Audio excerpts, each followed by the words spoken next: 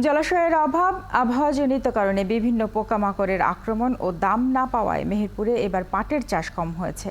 এই অবস্থা চলতে থাকলে আগামীতে পাটের চাষ আরও কমবে বলে শঙ্কা করছে জেলা কৃষি সম্প্রসারণ অধিদপ্তর। আসিফ ইকবালের তথ্য ও ছবিতে এই প্রতিবেদন।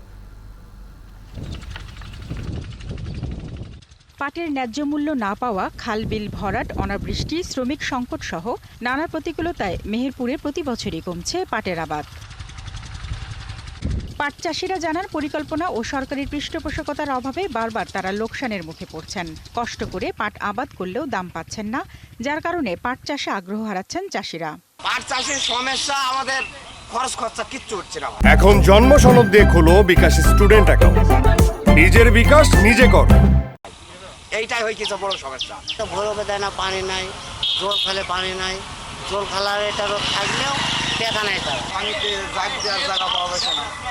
এরকম একটা খেতে খেতে খেতে আমরা বিরক্ত হয়ে গেছি। পাট জাগ দেওয়া জায়গা পায়নি, পাট পছন্দ করা জায়গা সমস্যা, আমাদের এদিকে পাট জাগ দেওয়া জায়গা পাওয়া যায় না। গত বছর তো সমস্যা হয়নি, কিন্তু এবার যদি আপনার এমপি মহোদয় যদি আপনার ওই নদীতে পাট না দিতে দেয়, আপনার পাটটা আমরা দেবো কোথায়? জেলার কৃষি বিভাগ জানিয়েছে, কৃষকদের পাট প্রক্রিয়াজাত করে বাজারজাত করতে সমস্যা হচ্ছে, তবে লক্ষ্যমাত্রা অর্জনের চেষ্টা চলমান রয়েছে।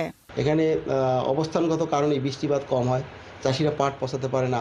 এবছর যেটা হয়েছে যে হিট ওয়েভ এবং ড্রডাউনের কারণে চাষিরা সঠিক সময় কিন্তু পাট বপন করতে পারেনি, বৃষ্টিপাত নেই। আমাদের যে টার্গেট ছিল 22,000 হেক্টর, আমরা করতে পেরেছি 16,630 হেক্টর, আর বাকিটা আমরা করতে পারিনি।